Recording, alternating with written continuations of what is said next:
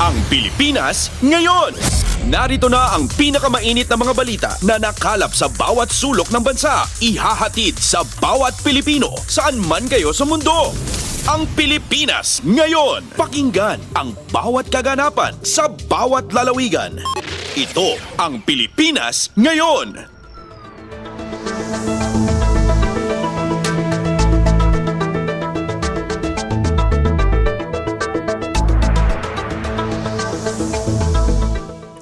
Magandang araw sa ating mga tagapakinig. Welcome po muli sa ating programang Ang Pilipinas Ngayon.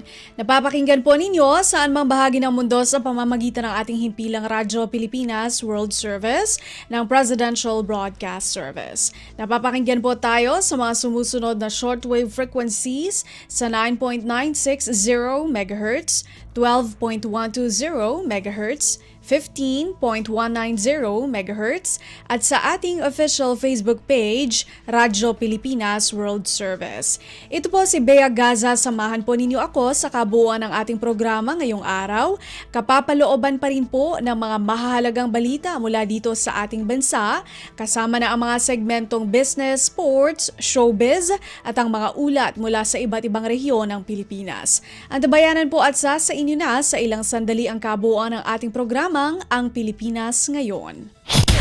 Mga kaganapan sa Kamaynilaan at mga kalapit na lalawigan dito sa Ang Pilipinas Ngayon.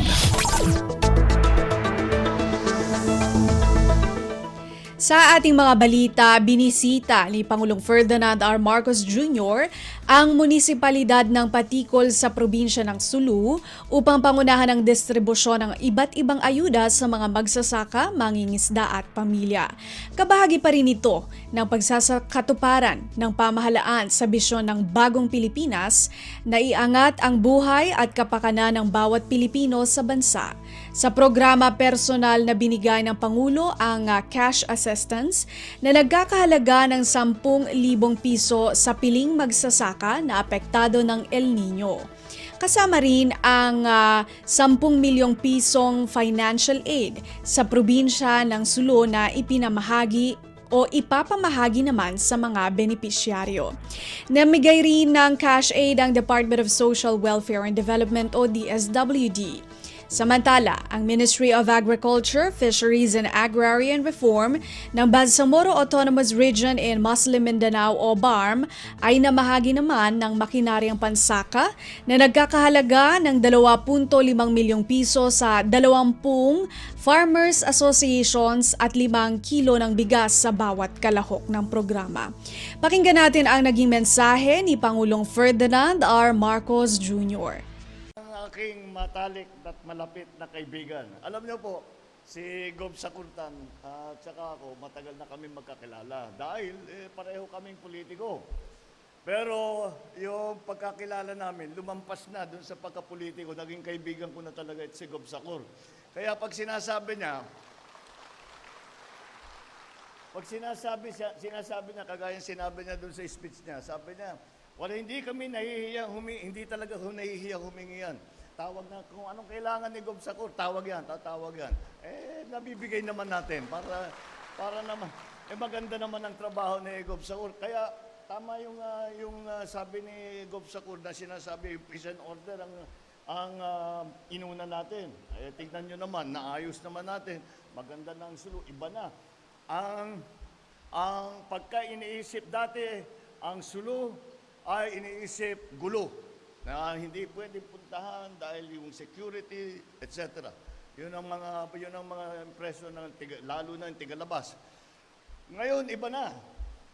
Isa na kayo sa ginagawang tourist spot, isa na kayo sa pinapasukan ng investment dahil nga wala nang gulo, mapayapa na ang Sulu at kaya't magpapasalamat tayo sa leadership ni Gob Sakurtan dahil siya ang talagang nagdala ng kapayapaan dito sa island of Sulu at lalo na dito sa Hulong. Kaya't I'm very, very happy to be here because I'm always happy to see my old friend Gob Sakurtan. Ang ating host for today's activities, Patikul Municipal Mayor, Mayor Kabir Hayudini, ang iba't ibang elected officials na nandito nakasama natin today, ang ating kasama sa pamahalaan, at ang pinaka-importante sa lahat na nandito ngayon, na bisita ngayon, kayo ang aming mga beneficiary na tatanggap ng tulong galing sa pamahalaan. Ladies and gentlemen, Assalamualaikum kaniyo katang.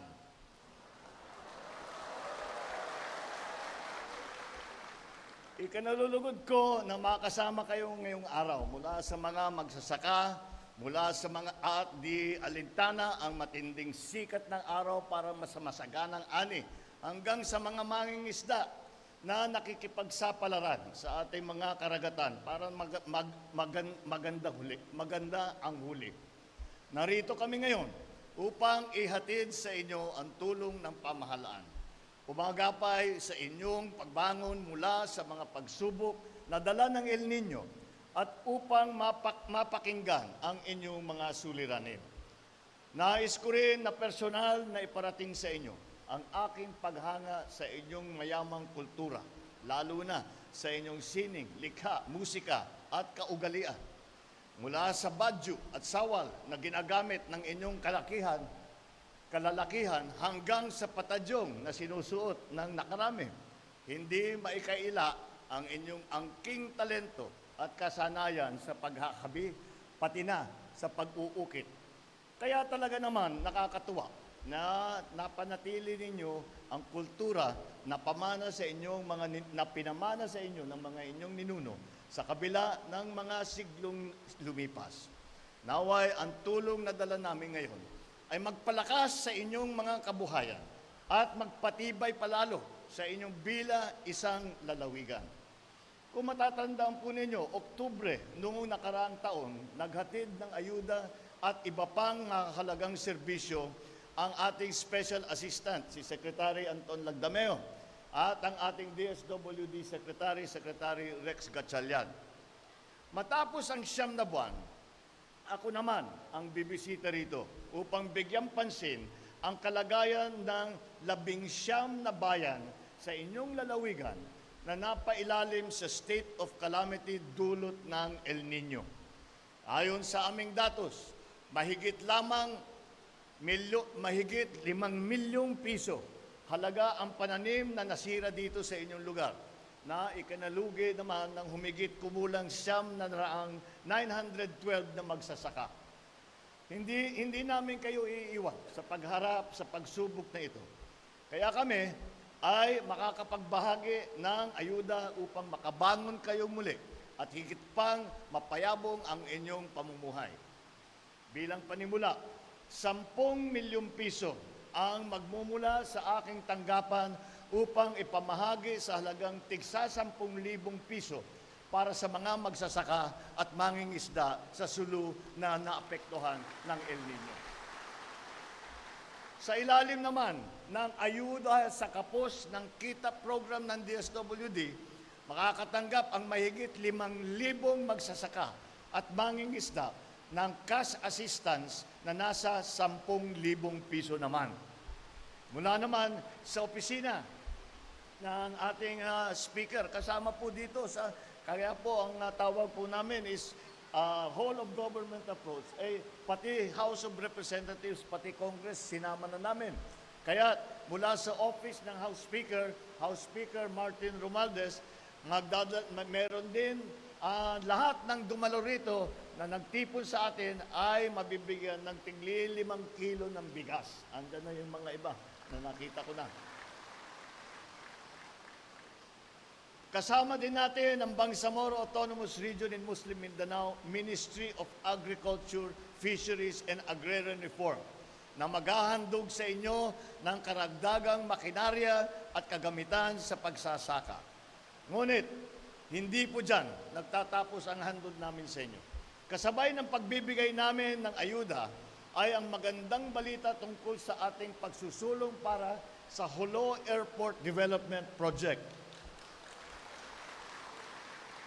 Kasalukuyan na po natin binabalangkas ang lahat ng kinakailangan para masimulan na ang proyektong ito. At may nakahanda po tayong 100 milyong piso na para pagsimulaan nitong project na ito. Sa dako naman ng patuloy na nangyayaring illegal fishing sa karagatan ng Sulu, umaaksyon na po ang ating kapulisan at sa pamumuno ng Sulu Maritime Police Station upang magpatrolya at mabantayan ang ating yamang dagat. Sa ating mga lokal na pamahalaan, patuloy po ninyong suportahan ang ating kolektibong pagsisikap upang maging mas maayos at ligtas ang ating mga minamahal na mangingisda. Mga kababayan, makaaasa kayong tutuparin namin ang aming pangakong matulungan kayong lahat, lalong-lalo na ang mga magsasaka, ang mga mangingisda at ang mga inyong pamilya. Upang naman masabi natin ay may pag-asang makamit ninyo ang mas maginhawang pamumuhay. Isa sa aking mga sinumpaan nung ako'y umupo na sa pagkapangulo ay ang tiyakin na maayos ang kalagayan ng ating mga kababayan na nagsisilbing pundasyon ng ating agrikultura. Hindi maitatanggi na kayo ang nagtatawid sa ating pang-araw-araw na pangangailangan. Subukin man kayo ng panahon at sitwasyon, ginagawa pa rin ninyo. Kayo ang patunay na ang pagtutulungan at malasakit sa kapwa ang susi tungo sa tunay na nagkakaisang lipunan. Tunay ngang sa inyong nakasalalay ang kinabukasan hindi lamang ng ating mga kababayan dito sa Sulu, kung hindi pati na rin ang ating mga mamayan sa iba't ibang sulok ng buong Pilipinas. Kaya naman, sa bagong Pilipinas, magiging kaagapay ninyo kami upang mapalago pa ang inyong sektor at mabigyang katuparan ang inyong mga pangarap. Umaasa din ako na makikiisa kayo sa amin sa pamamagitan ng pagiging mas masinop at maingat sa paggamit ng inyong mga natanggap na ayuda. Siguraduhin din ninyong napapalagaan ang wasto ang ating kalikasan at huwag abusuhin ang paggamit ng ating mga pinagkukuhanan ng yaman. Huwag kayong mag-alinlangan na lumapit po sa tanggapan ng Pangulo at sa inyong mga lokal na pamahalaan na sapagkat bukas po lagi ang aming mga pintuan upang pakinggan ang inyong mga suliranin at hinain. Sa ating patuloy na pagbabayanihan, naniniwala naman ako na agarang natin maitataguyod ang mas matatag, mas maunlad, at mas masaganang bagong Pilipinas. Muli, maraming salamat po sa inyong sipag. Mabuhay kayong lahat. Si Pangulong Ferdinand R. Marcos Jr. Pasada ng mga balita mula sa Pilipinas para sa mga Pilipino saan man sa mundo. Ang Pilipinas ngayon. Palagi nariyan ang pamahalaan upang iparamdam ang suporta sa walang pagod na pagsisikap ng mga magsasaka upang matiyak na mayroong pagkain sa hapag ang bawat pamilyang Pilipino. Ito ang sinabi ni Pangulong Ferdinand R. Marcos Jr. nang pangunahan nito ang distribusyon ng tulong sa mga magsasaka, mangingisda at mga pamilya sa Calbayog City, Samar. Ayon sa Pangulo, nagbibigay inspirasyon ang kasipagan at katatagan ng mga magsasaka at mangingisda. Iniulat nitong mahigit 3,000 pamilya sa 3 munisipalidad sa Samar at Eastern Samar ang apektado ng El Nino na naging dahilan ng pagdedeklara ng state of calamity dahil sa matinding tagtuyot. Narito ang kabuuang mensahe ni Pangulong Ferdinand R. Marcos Jr. Sa ating mga minamahal na magsasaka, ngaging isda, kasama ang inyong mga pamilya dito sa Samar, isang taus-pusong pagbati sa inyong lahat. Minamarapat po na ako'y makadalaw ngayon dito upang kumustahin kayo at maghatid ng tulong. Batid ko po na itong nagdaang El Nino, higit sa 3,000 pamilya sa 3 munisipyo ng Samar at Eastern Samar na nadeklara ng state of calamity at dahil sa paglabis na kanilang pagpinsala sa tagtuyot na dala ng El Nino. Dahil po riyan, narito ang inyong pamahalaan na upang iparamdam ang aming suporta sa inyo na walang pagod na nagsisikap upang matiyak na mayroong pagkain sa hapag ng bawat pamilyang Pilipino. Kayo po na mga magsasaka at mangingisda, kayo po ay ang tunay na bayani ng ating bansa at nararapat lamang na bigyang pugay at suportahan namin ang inyong sipag at ang inyong galing. Kaya naman po, masaya kami maihandog lahat po ito upang mapalakas ang inyong hanay at mapabuti ang inyong kabuhayan.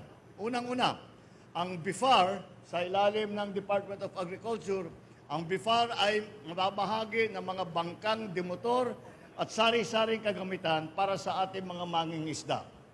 Bukod pa rito, magbibigay rin tayo ng shallow water payaw system sa ilalim ng Special Area for Agricultural Development o SAAD Phase 2 program.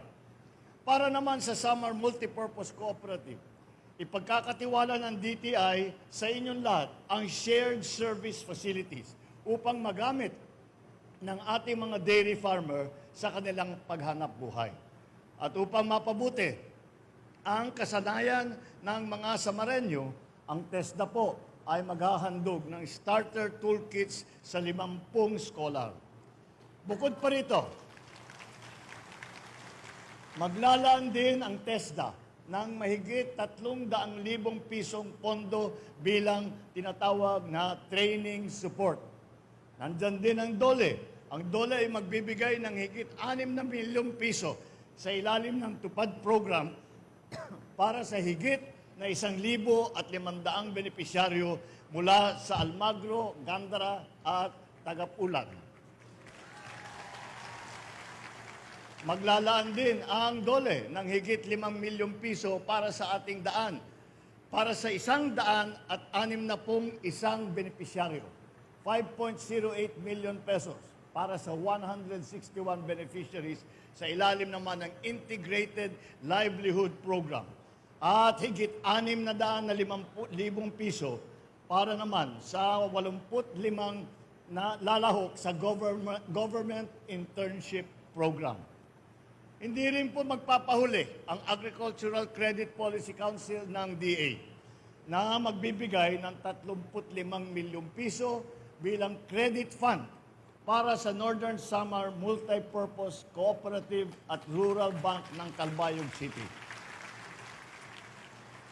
Ito po ay ang kasama po sa regular na programa ng ating pamahalaan. At yan talaga ay nasa budget po ng DOLE, ng DA, ng DSWD, pati ng DALG, lahat po yan ay nasa ilalim po ng naka-schedule na program.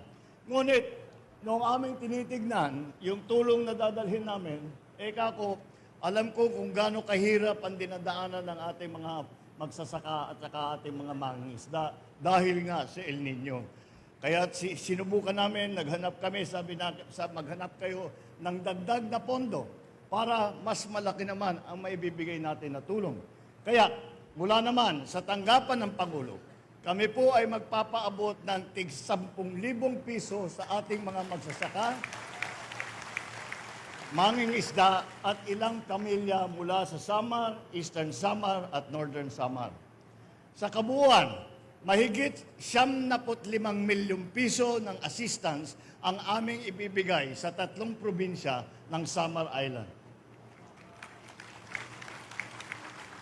Mga kababayan, naunawaan po namin na ang hamon na kinakaharap ninyo araw-araw, lalo sa sektor ng agrikultura at sa pangingisda na siyang haligi ng ekonomiya ng Samar. Kaya po patuloy namin tinutugunan ang inyong mga pangangailangan upang makatulong sa inyong pagbangon mula sa dinaanan nating hirap ng tagtuyot. Isa sa mga tinututukan natin ay ang pagsasaayos ng infrastruktura dito sa Samar upang lalo pang umunlad ang inyong ekonomiya.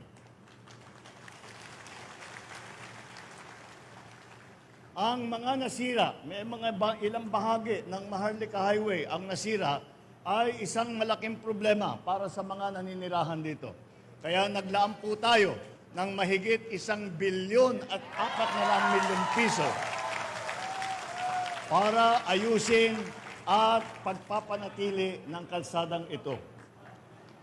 Inaasahan natin na mabilis na matatapos ang mga pangunahang proyekto sa Maharlika Highway mula November 2024 hanggang Marso ng 2025. Bukod po rito, atin din palalawakin ang ilang mga kalsada dito sa Samar upang mabawasan at mapabuti ang daloy ng transportasyon.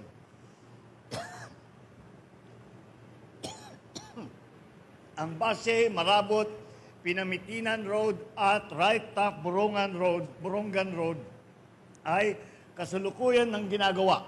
Umaasa ako na tututukan ito ng DPWH upang masiguro na matapos ito sa lalong madaling panahon. Maliban po rito, ang paggawa ng Katbalogan Drainage System na nakakahalaga ng 100 milyong piso ay sa kasalukuyan ay umaarangkada na upang maiwasan ang pagbaha sa syudad ng Calbayog. Sa ibang dako naman, alam natin lahat na patuloy pa rin kinakaharap ng Samar ang hamon ng insurhensya. Isa ito sa mga balakid sa tuluyang pag-unlad ng inyong lalawigan. Ganun pa man, malayo na po ang narating natin. 5 municipality ang deklarado na may stable internal peace and security status. Nagpatupad tayo ng 186 na community support program at tinulungan ang 63 dating rebelde na sumuka at nagbagong buhay na.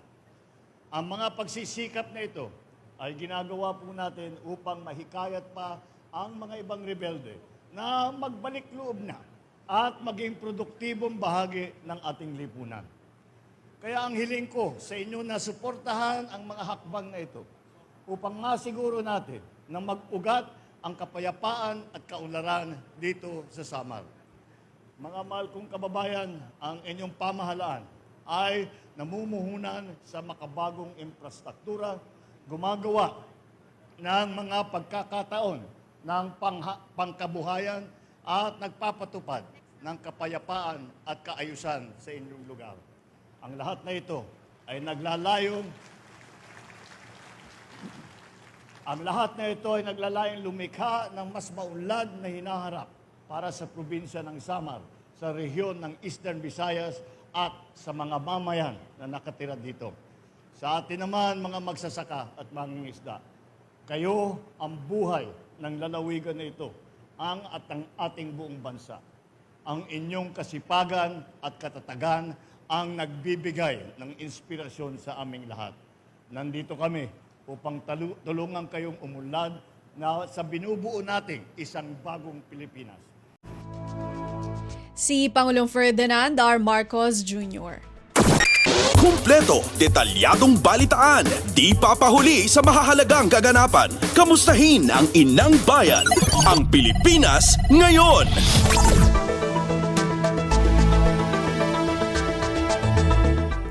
Samantala, isang lugar pa ang pinuntahan ni Pangulong Ferdinand R. Marcos Jr. upang hatiran ng tulong. Piling mga benepisyaryo sa Palo, Leyte na binubuo ng mga magsasaka at mangingisda sa mga probinsya ng Leyte, Biliran at Southern Leyte ang tumanggap ng 10,000 piso kada individual. Makinariang pansaka at iba pang kagamitan ang ipinamigay ng Department of Agriculture o DA, Bureau of Fisheries and Aquatic Resources o BFAR, Department of Social Welfare and Development o DSWD, Department of Labor and Employment o DOLE, at Technical Education and Skills Development Authority o TESDA.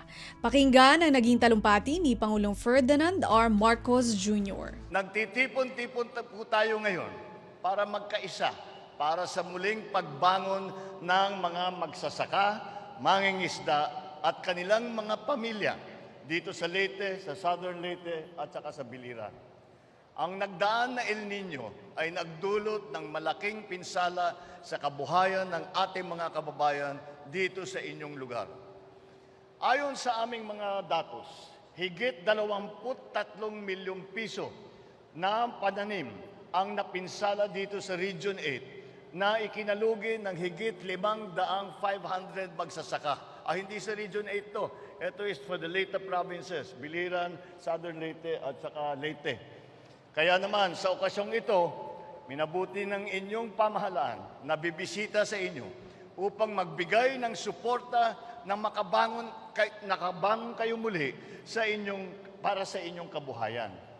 Mula po sa tanggapan ng Pangulo, kami po ay magbibigay ng tigsa 10,000 piso tulong sa bawat magsasaka. Ito po ay bukod pa doon sa mga ibang programa na ibinibigay, yung programa ng Department of Agriculture, meron silang ibinibigay na assistance, yung DSWD, may binibigay ang assistance, pati DILG, ay meron din sa sariling programa, kasama rin ng DOLE, ang DTI, para naman, lahat nga, kagaya ng aking sinasabi, ay lahat ng makakatulong na department ay isinasama namin sa programa.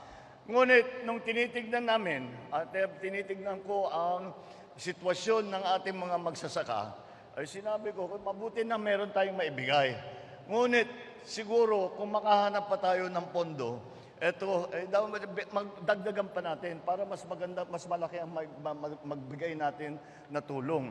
Kaya po, galing po ito sa Office of the President na tig sa 10,000 na tulong para sa mga isda at sa kanilang at magsasaka mula sa Leyte, Southern Leyte at Biliran. Ang suma total po, may higit 40 milyong piso ang aming iiwan sa inyong mga lokal na pamahalaan na siyang mamumuno sa pamamahagi ng mga tulong na ito. Bukod po rito, magdadala po kami ng marami pang tulong at saka iba't ibang serbisyo. Una po riyan, ang 5 kilo ng bigas para sa bawat na dumalaw sa ating ngayong araw na ito. Galing naman sa opisina ng ating House Speaker Martin Romualdez. Ang DSWD naman ay mamamahagi ng 10,000 piso para sa 1,500 benepisyaryo mula sa inyong 3 lalawigan. Nandito rin po ang DOLE upang mamahagi ng higit 6 milyong piso sa ilalim ng TUPAD program para sa mga benepisyaryo mula sa Western at Southern Leyte, pati na rin sa Biliran. Ang TESDA naman ay may handog na higit 305,000 piso para sa training allowance para sa pagsasanay ng ating mga magsasaka na nais maging healthcare workers. Mamamahagi din po sila ng 20 starter toolkit para sa pagsasanay ng ating mga benepisyaryo at mag-aalok ng enrollment para sa ilang technical vocational program, mga TechVoc program po natin ng ahensya ng TESDA. Kasama din po natin ngayon ang ating mga TESDA scholars at saka farm schools na nagpapakitang gilas sa kanilang mga natutunan at mag-aalok ng ilang produkto. Para naman po sa ating mga mangingisda, magbibigay ang BIFAR ng 30 bangka na dimotor, mga materyales at feeds para sa pag-aalaga ng bangus at tilapia at ilang kagamitan para sa pagpapalaki ng seaweeds naman. Di po magpapahuli ang DA na may sari-saring handog para sa ating mga magsasaka tulad ng rice combine harvester, hauling truck, tractor, hand tractor, reapers, rice thresher, yung modified abacus stripping knife, multi-cultivators, rain shelters, nurseries, composting tools, packing sheds, at marami pang iba. Yung iba po nasa labas, hindi na po natin napuntahan dahil ang lakas ng ulan. Ngunit nandyan po ang iilan, hindi lang po yan yung nandyan ang nasa labas. Kung hindi, ito ay para mapakita lang kung ano ba ang dala ng DA. Kabilang sa ating ipapatupad para lalo pang mapayabong ang agrikultura ng Southern Leyte ay isang proyekto para sa produksyon ng itlog, isang proyekto para sa produksyon ng gulay, at isang module ng poultry building facility na mayroong incubator, may pampakain feeds at 500 manok. Maglalaan din po ang DA ng pondo para sa pagpapalawig ng agri-negosyo at kadiwa sa Leyte, sa Southern Leyte at sa Biliran. Nais ko ring ibalita ang progreso ng ilan sa ating mga proyekto na magdadala ng pagbabago dito sa lugar natin. Isa na po rito ang ating patuloy ng pagsasaayos ng Tacloban Airport na nagkakahalaga ng higit 2.5 bilyong piso. Nung dinaanan namin, nung naglanding kami sa itong magiging lumang airport, pinapakita sa akin ni Speaker, kanya malapit na matapos ito. Baka next year pwede na nating inaugurate yung terminal. So, malapit na talaga, matagal nang linalakad ng Speaker ninyo ito. Mabuti naman at sa wakas makikita na natin. Ating ginagawa ang passenger terminal building, ang airport runway, at karagdagan daan sa airport habang pinapalawak natin ang buong paliparan. Hangad natin na sa pagdating ng 2026, matatapos na ito at magdadala ng mas maayos at mas mabilis na serbisyo sa ating mga kababayan. Bukod dito, nandyan din po ang Tacloban City Causeway na magpapabilis ng biyahe mula sa syudad papuntang paliparan. Ang sabi sa akin na kapag natapos na ito, mula sa airport hanggang sa City Hall, 5 minutes na lang daw. Ngayon, mahaba-haba ng konti, pero pagka matapos na yan, napakabilis na ng daloy ng trapiko, hindi na dadaan doon sa coastal road, kung hindi, papasok na diretso na sa City Hall ang baba. Ang mga proyektong ito ay hindi lamang para sa pagpapaunlad ng infrastruktura sa inyong lalawigan. Kung hindi, ito ay pagtiyak din sa seguridad at katiwasayan ng inyong komunidad. Sa pagtutulungan ng ating kasundaluhan at kapulisan, patuloy tayong nagdadagdag ng puwersa sa ilang lugar sa Leyte upang mapanatili ang katahimikan at kaayusan dito sa atin. Higit sa lahat, ang ating patuloy na pagkakaisa ang magdadala sa atin tungo sa mas magandang bukas.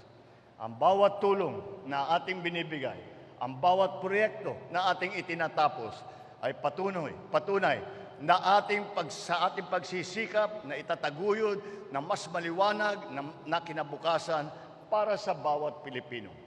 Sa pamamagitan ng ating sama-samang pagsisikap, tiyak na magiging matagumpay tayo sa pagharap sa anumang hamon. Magpatuloy tayong naglilingkod ng buong puso at buong sigasig at sama-sama natin abutin ang mas magandang kinabukasan para sa bawat isa. Si Pangulong Ferdinand R. Marcos Jr. Pasada ng mga balita mula sa Pilipinas para sa mga Pilipino saan man sa mundo. Ang Pilipinas ngayon. Pangulong Ferdinand R. Marcos Jr. inaprubahan ang planong pagbili ng mga karagdagang multi-role fighter aircraft ng Armed Forces of the Philippines. Detalye ng balita mula kay J. Mark Dagala. Inaprubahan ni Pangulong Ferdinand R. Marcos Jr. ang planong pagbili ng mga karagdagang multi-role fighter aircraft ng Armed Forces of the Philippines na magagamit sa pagpapalakas sa kakayahang pandepensa ng bansa. Ito naging pahayag ni AFP Chief of Staff General Romeo Browner Jr. makaraang ilatag nila kay Pangulong Marcos ang updated defense plan na bantay kalayaan sa isinagawang mid-year command conference sa Campo Aguinaldo kahapon. Gayunman sinabi ni Browner na wala pang nabubuong desisyon sa kung anong klaseng MRF aircraft ang bibilihin ng Pilipinas at kung gaano karami iyon. Bagaman mayroong 12 unit ng FA-50 ang Philippine Air Force, Aminado si Browner na hindi pa rin ito sapat upang ipagtanggol ang Pilipinas mula sa iba't ibang banta. Ang kailangan ngayon, ani Browner, ay mas marami, mas malaki, mas mabilis at mas mabangis na multi-role fighter aircraft gaya ng F-16S ng US Lockheed Martin at ng JAS-39 ng Swedish Saab na siyang posibleng contender para sa proyekto. Binigyan din pa ng AFP Chief na ang pagbili ng mga karagdagang kagamitan para sa external defense ay bahagi ng Horizon 2 ng AFP Modernization Program. J. Mark Dagala, Radyo Pilipinas. Kumpleto, detalyadong balitaan, di papahuli sa mahahalagang kaganapan. Kamustahin ang inang bayan, ang Pilipinas ngayon. Vina-validate na ng Armed Forces of the Philippines o AFP ang ulat na may 25 lugar sa bansa ang target ng hypersonic missile ng China. Ayon kay AFP Chief of Staff General Romeo Bronner, wala pa silang natatanggap na impormasyong ganito. Sabi pa ni Bronner, kahit ang Intel wala ring natatanggap na ganitong ulat. Gayunpaman, sinabi ni Bronner na makikipag-ugnayan sila sa tanggapan ng Senadora Amy Marcos na siyang nagsabi ng impormasyong ito. Pasada ng mga balita mula sa Pilipinas para sa mga Pilipino saan man sa mundo. Ang Pilipinas ngayon. Mulad Communication Plan inilunsad ng Armed Forces of the Philippines o AFP. Ang ulat mula kay Leo Sarne. Inilunsad ng Armed Forces of the Philippines o AFP ang kanilang Mulat Communication Plan para kontrahin ang paglaganap ng maling impormasyon tungkol sa West Philippine Sea. Ayon kay AFP Chief of Staff General Romeo Bronner Jr., layon ng Mulat Communication Plan na palakasin ang transparency, kontrahin ang disinformasyon at palawakin ang kamalayan ng publiko tungkol sa karapatan at interes ng Pilipinas sa riyon. Sinabi ni Bronner na sa pamagitan ng pagpapataas ng kamalayan ng publiko, mapagbubuklod nito ang mga Pilipino sa pagtataguyod ng interes ng bansa. Ang tema ng nasabing communication plan ay Our Seas, Our Rights, Our Future, na sumasalamin sa dedikasyon ng AFP na makipagtulungan sa lahat ng stakeholders sa pagsisikap na ipagtanggol ang karagatan, karapatan at kinabukasan ng Pilipinas. Mula sa AFP, ito si Leo Sarne para sa Radyo Pilipinas. Kumpleto, detalyadong balitaan, di papahuli sa mahahalagang kaganapan. Kamustahin ang inang bayan, ang Pilipinas ngayon.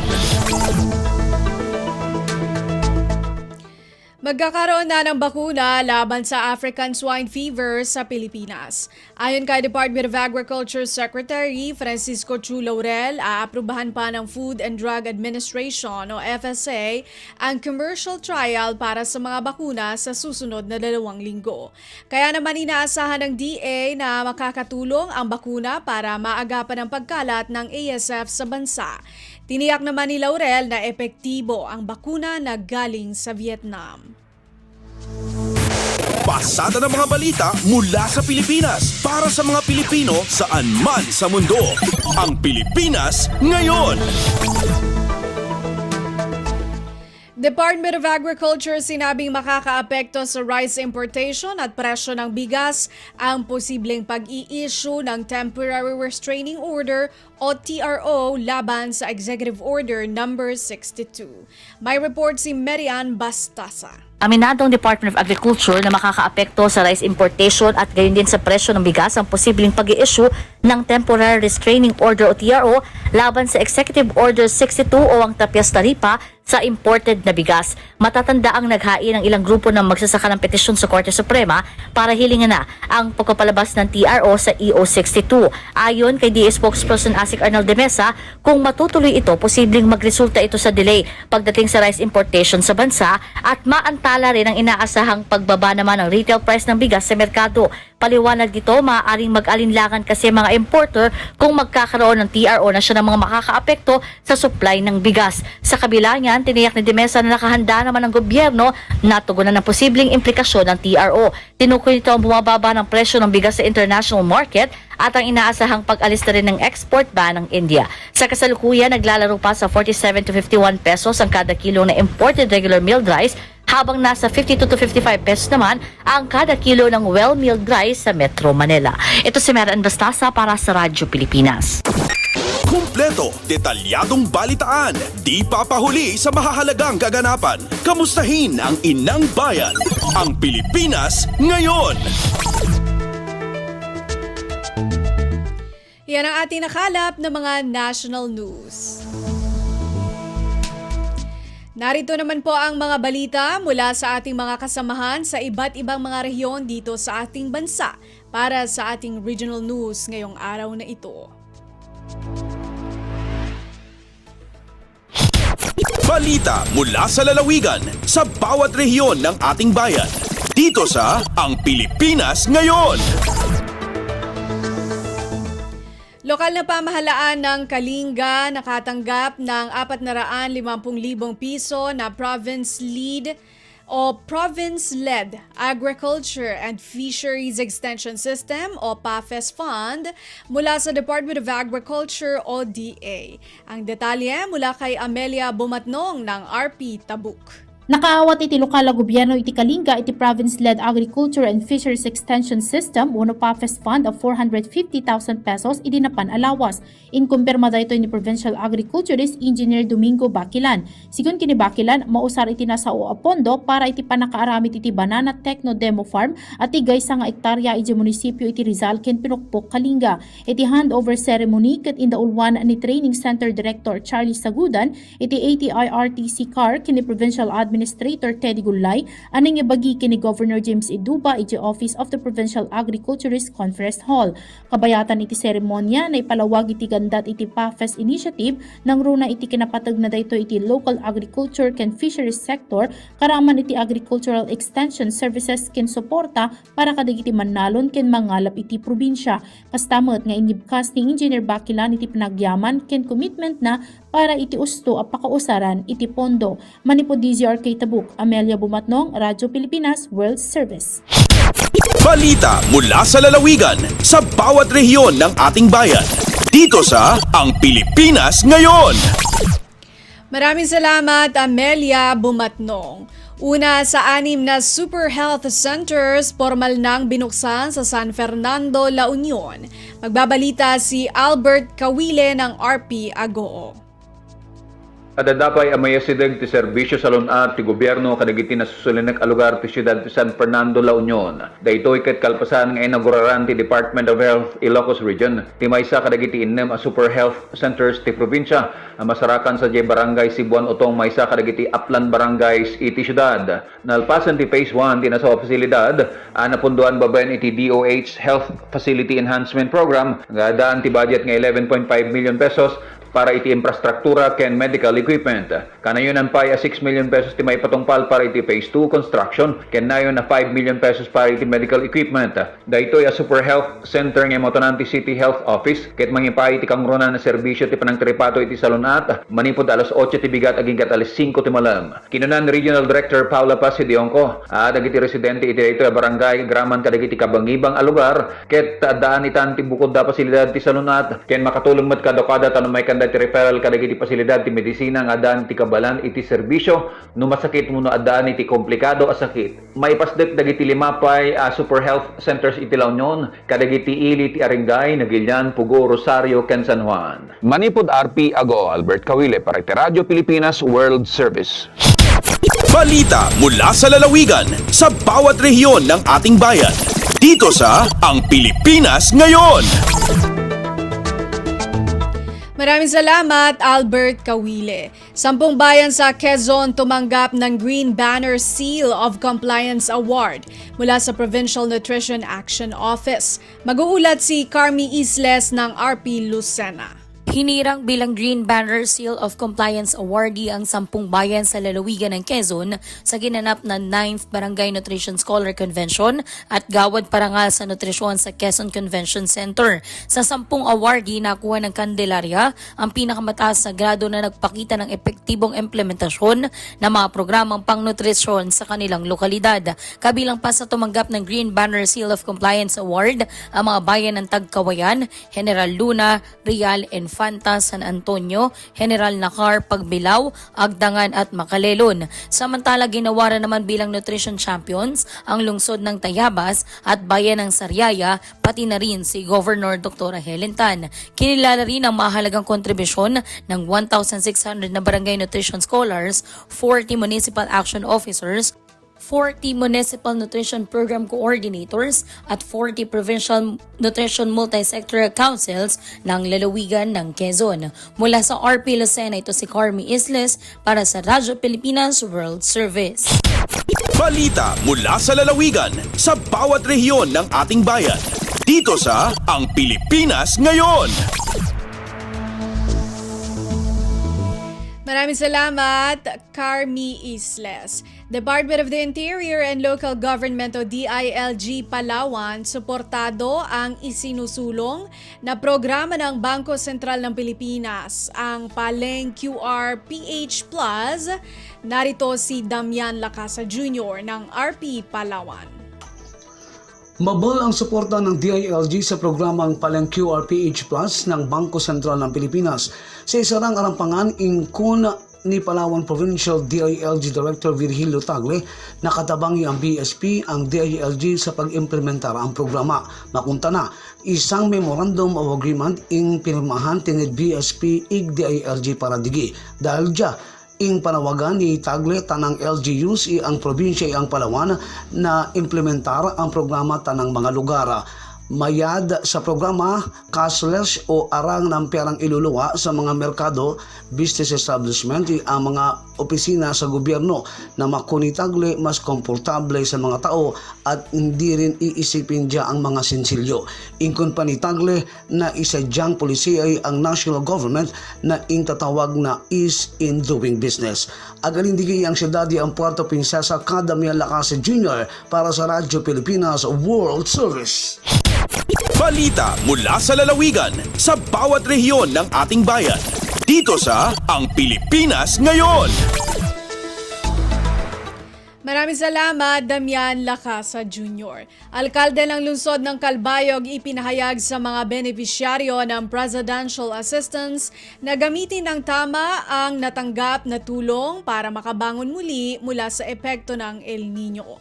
Narito si Charmaine Perito ng RP Calbayog. Durante sa naging pagbisita ni Presidente Ferdinand R. Marcos Jr. kakulop nga adlaw Huwebes sa siyudad sang Calbayog, Samar, nagpahayag sa iya mensahe si Calbayog Alcalde Raymond Uy para sa mga parauma, para pangisda ug mga pamilya nga naapektuhan sa El Nino tikang sa probinsya sa Samar, Eastern Samar ug Northern Samar. Iya ginpahayag nga gobyerno na mismo ang naharani sa mga tawo para masigurado nga waray bisan sino nga Pilipino ang mabibilin.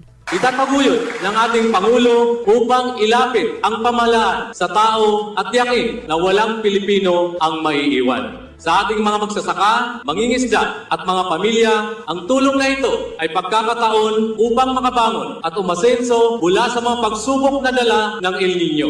Gamitin natin ito ng tama. Mag-invest tayo sa ating mga pinagkukunang yaman at magtulungan upang masiguro ang patuloy na pag-unlad. Ito ang panahon natin upang ipakita ang ating kakayahan at tibay ng loob. Pahayag ni Calbayog Alcalde Raymond Uy. Tikang sa Radyo Pilipinas Calbayog, Charmaine Perito para sa Radyo Pilipinas World Service. Balita mula sa lalawigan sa bawat rehiyon ng ating bayan. Dito sa Ang Pilipinas Ngayon.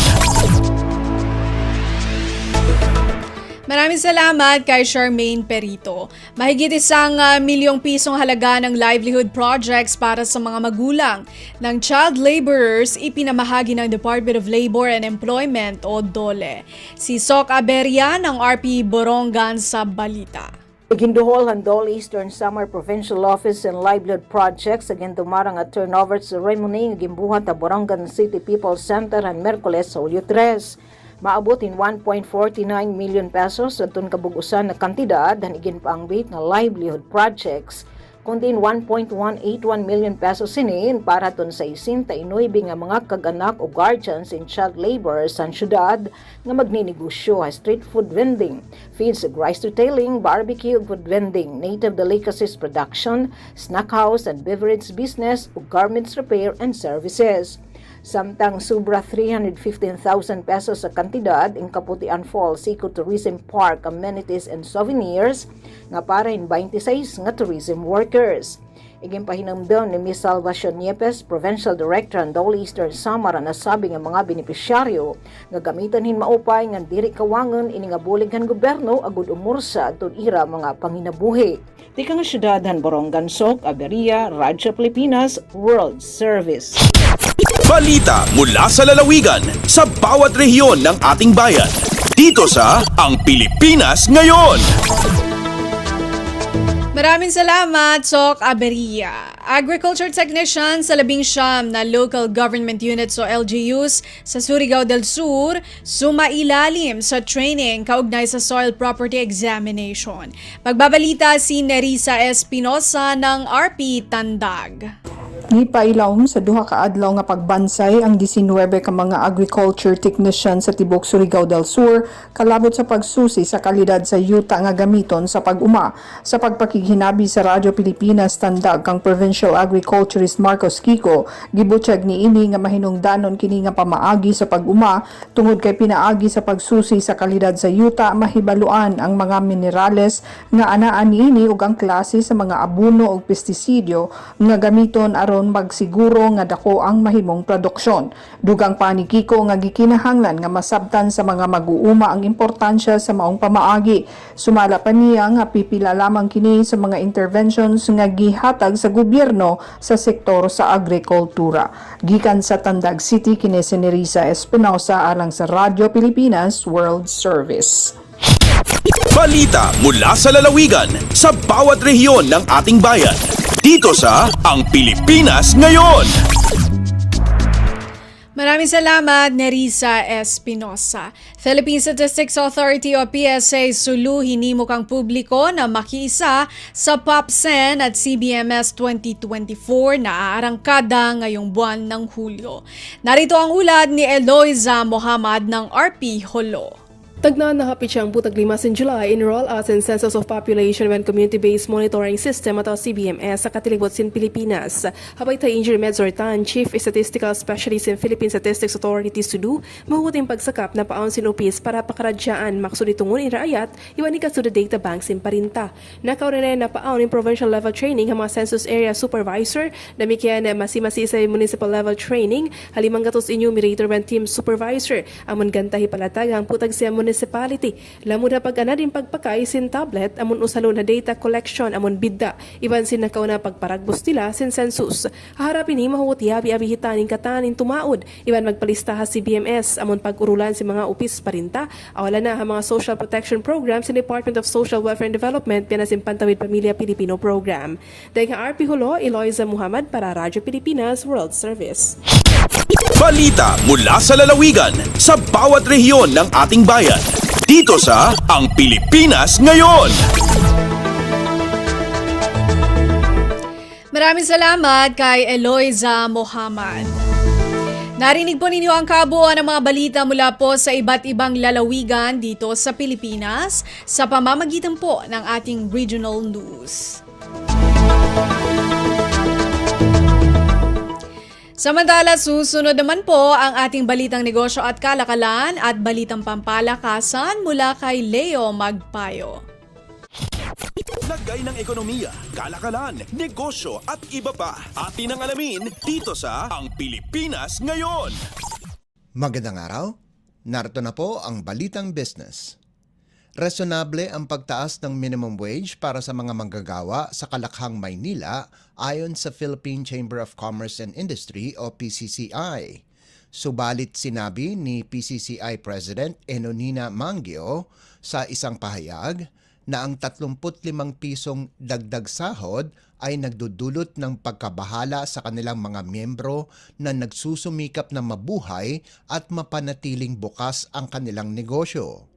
Bagamat may mga kaakibat na hindi maganda, Tiniyak ni Mangio na ang mga employers ay nangako na susundin ang panibagong minimum wage na itinakda ng Regional Tripartite and Productivity Wage Boards.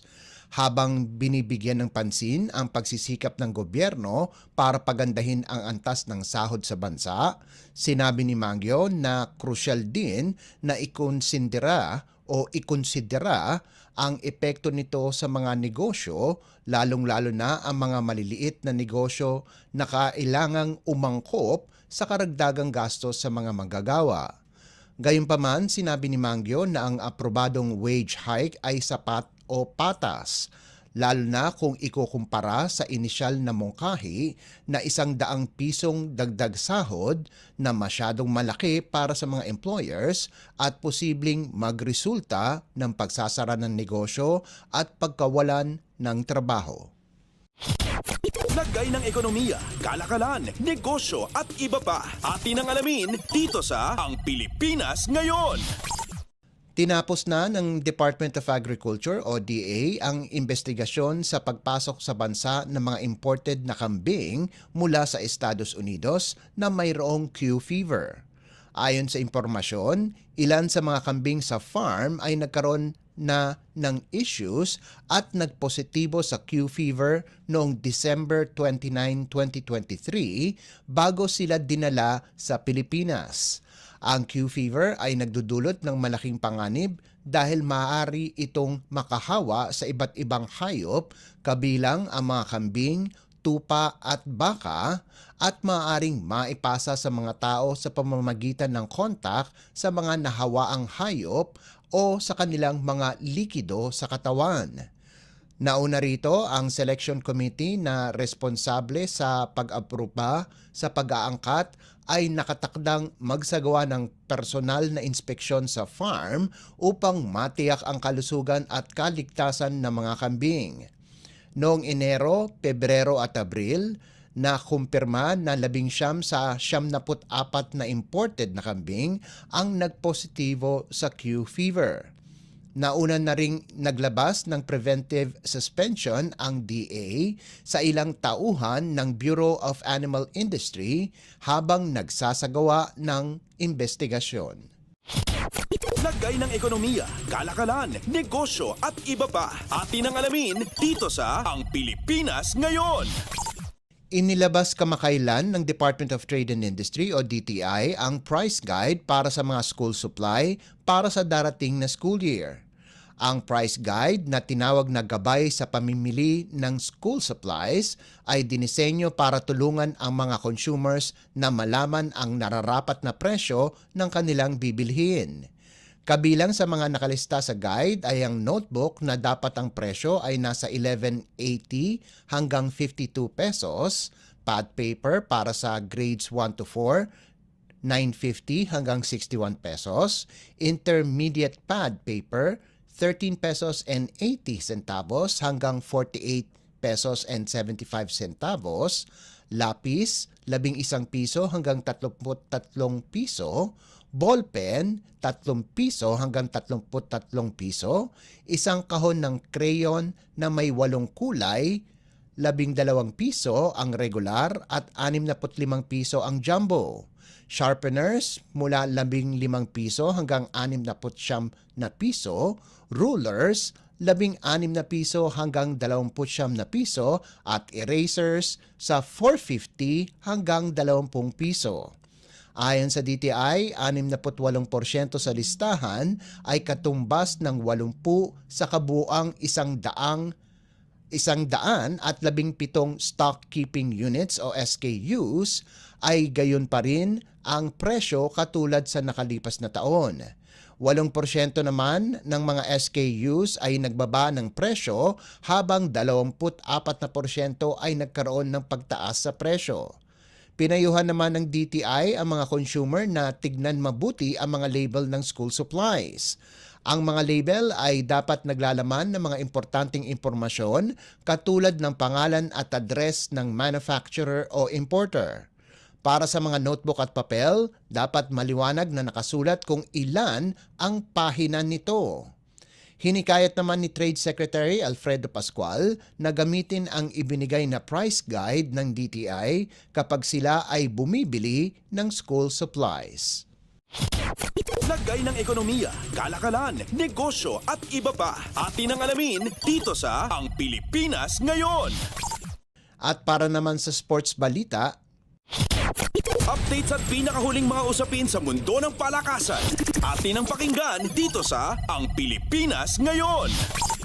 pasok pa rin sa semifinals ang Gilas Pilipinas sa FIBA Olympic Qualifying Tournament kahit natalo ito sa Georgia 96-94 na ginanap sa Riga, Latvia.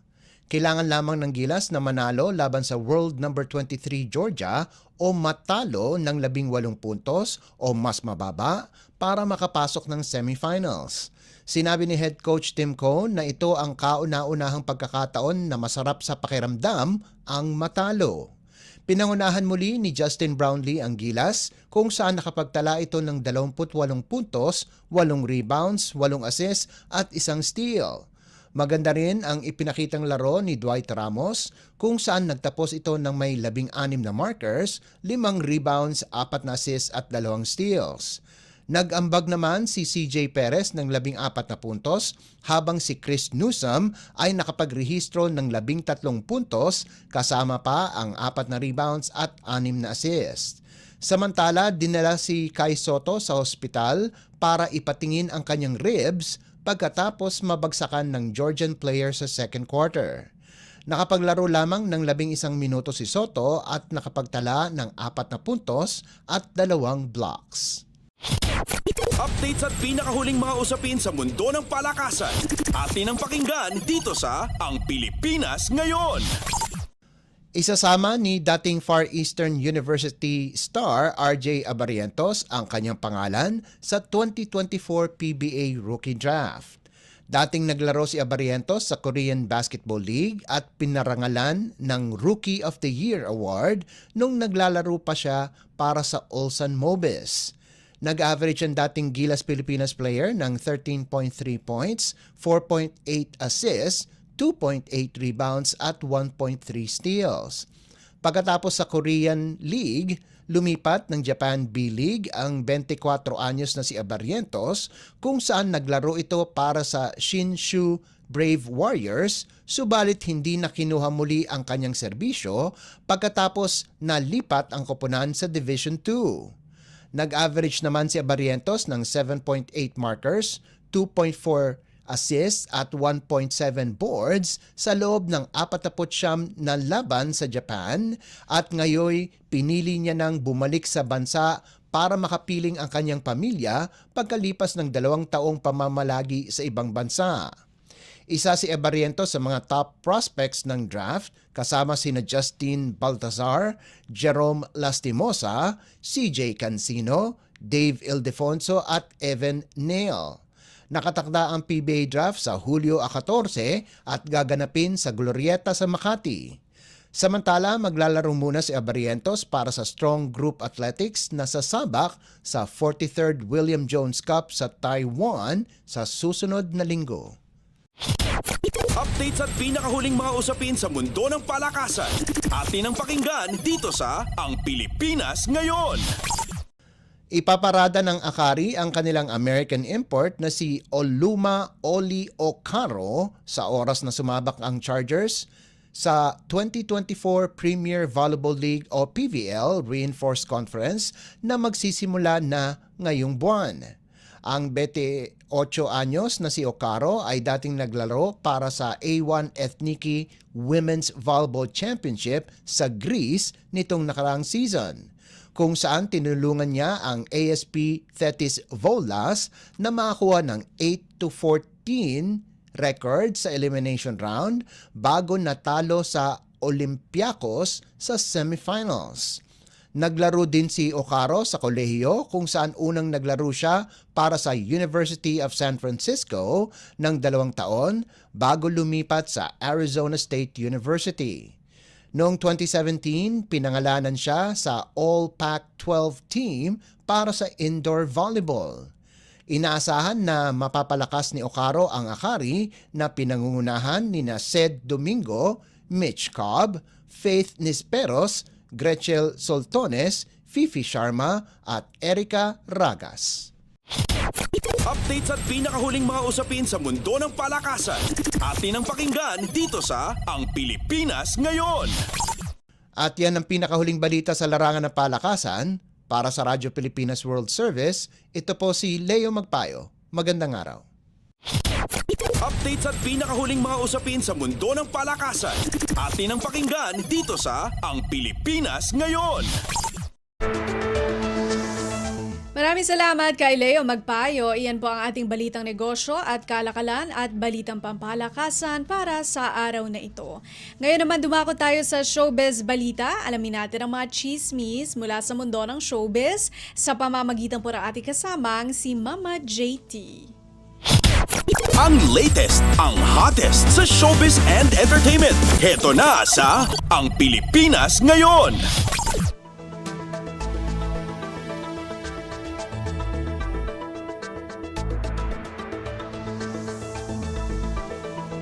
Magandang araw sa ating mga chismoso at chismosang nag-aabang ng mga trending na balita sa mundo ng showbiz. Ito na, ang ratsyada ng mga chika. Kinilala na ang mga nominado para sa ika-37 edisyon ng Awit Awards.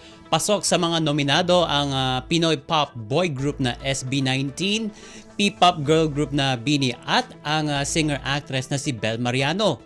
Nominado ang SB19 sa Album of the Year, Record of the Year, Song of the Year, Best Performance by a Group, Music Video of the Year at Best Performance by a solo artist.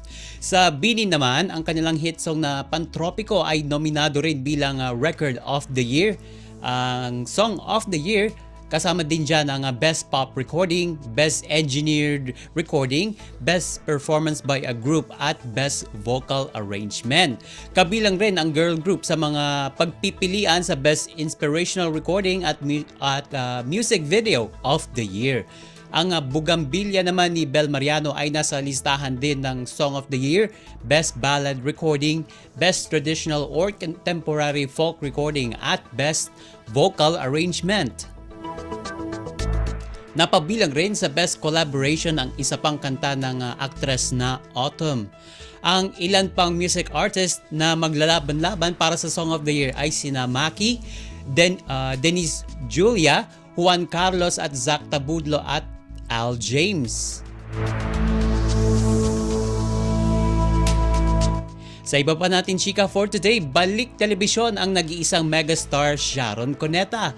Ito ay matapos ang kanilang pagpirma ng bagong kontrata sa ABS-CBN noong July 3 kung saan mainit siyang sinalubong ng top executives ng Kapamilya Network. Kasabay niyan kinumpirma na magkakaroon ng upcoming mega series ang batikang singer-actress makalipas ang 2 taon. Hindi pa idinetalya ni Ate Shawi ang gagawing comeback project nito sa ABS-CBN. Ikinatuwa rin nito ang pagbabalik niya sa naging tahanan niya sa loob ng maraming taon. At kung maalala, nag-hiatus o nagpahinga muna sa paggawa ng teleserye ang megastar dahil sa kanyang hip injury. Nabanggit din ni Sharon na bukod sa proyekto, abala din daw siya sa kanyang anak na si Miel na malapit na magpunta sa Amerika para doon magkolehiyo.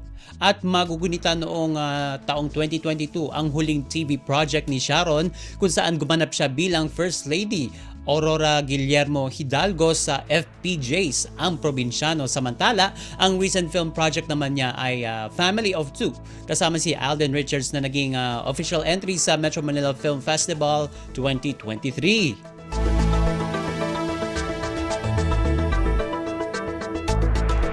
At sa uli natin chika for today, hindi problema para sa P-pop supergroup na SB19 kung magkaroon man ng solo career ang isa sa kanila sa isang kondisyon. Ayon kay SB19 Stel, napag-usapan na raw nila ng kanyang mga kasamahan sa grupo ang tungkol sa pag-re-release ng sarili nilang kanta pati na rin ang kanilang music video. Pero sabi ni Stel, quote and unquote, magsosolo kami but priority pa rin ang group. Yun naman po ang number one sa amin. We can do our solos but wag kakalimutan ang group, ang kanyang sinabi.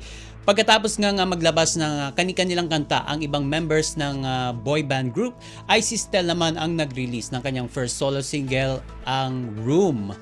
Inamin ni Stel sa isang panayam na nahuli itong gumawa ng solo dahil hindi pa ito handa noon na mag-solo at mas sanay ito mag-perform bilang grupo. Mismong ang mga kagrupo raw niya ang nag-encourage sa kanya na maglabas ng sariling kanta bilang solo artist. Isa raw sa mga natutunan niya sa ilang taon na nilang pananatili sa music industry ay ang huwag magpapadikta kahit kanino at palaging ipakita sa publiko ang tunay na sarili. Ayon pa sa SB19 member, asahan na raw ng kanyang mga fans na si Stel na siya ay magiging bolder, more mature at sexier.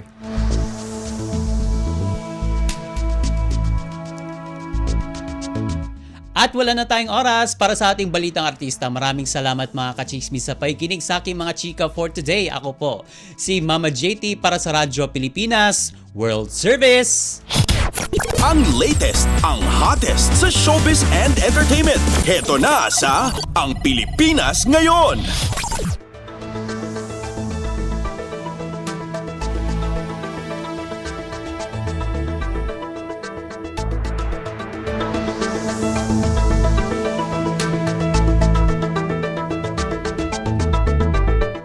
Maraming salamat, Mama JT. Yan po ang ating showbiz balita. Narinig po ninyo ang kabuuan ng ating programa Ang Pilipinas Ngayon. Maraming salamat sa ating mga nakasama sa technical side, kina Milo Janela, Susan Aison at Anthony Pimentel. Maraming salamat din sa ating executive producers, Steph Vicente at Jerome Toledo, sa mga nag-uulat mula sa iba't ibang lalawigan ng ating bansa para sa ating regional news. Maraming salamat kay Leo Magpayo na naghatid sa atin ng balitang negosyo at kalakalan at balitang pampalakasan, kay Mama JT para sa showbiz balita, kay Erwin Peñano na nakaagapay sa atin, at maraming salamat din sa ating station manager, Mr. Ray Sampang. Hanggang sa susunod na edisyon ng ating programang Ang Pilipinas Ngayon, ito si Bea Gaza. Magandang araw. At yan ang Pilipinas Ngayon. Muling samahan si Ben Blones sa parehong oras at alamin ang pinakahuling mga kaganapan at balita saan man kayo naroon. Ang Pilipinas Ngayon.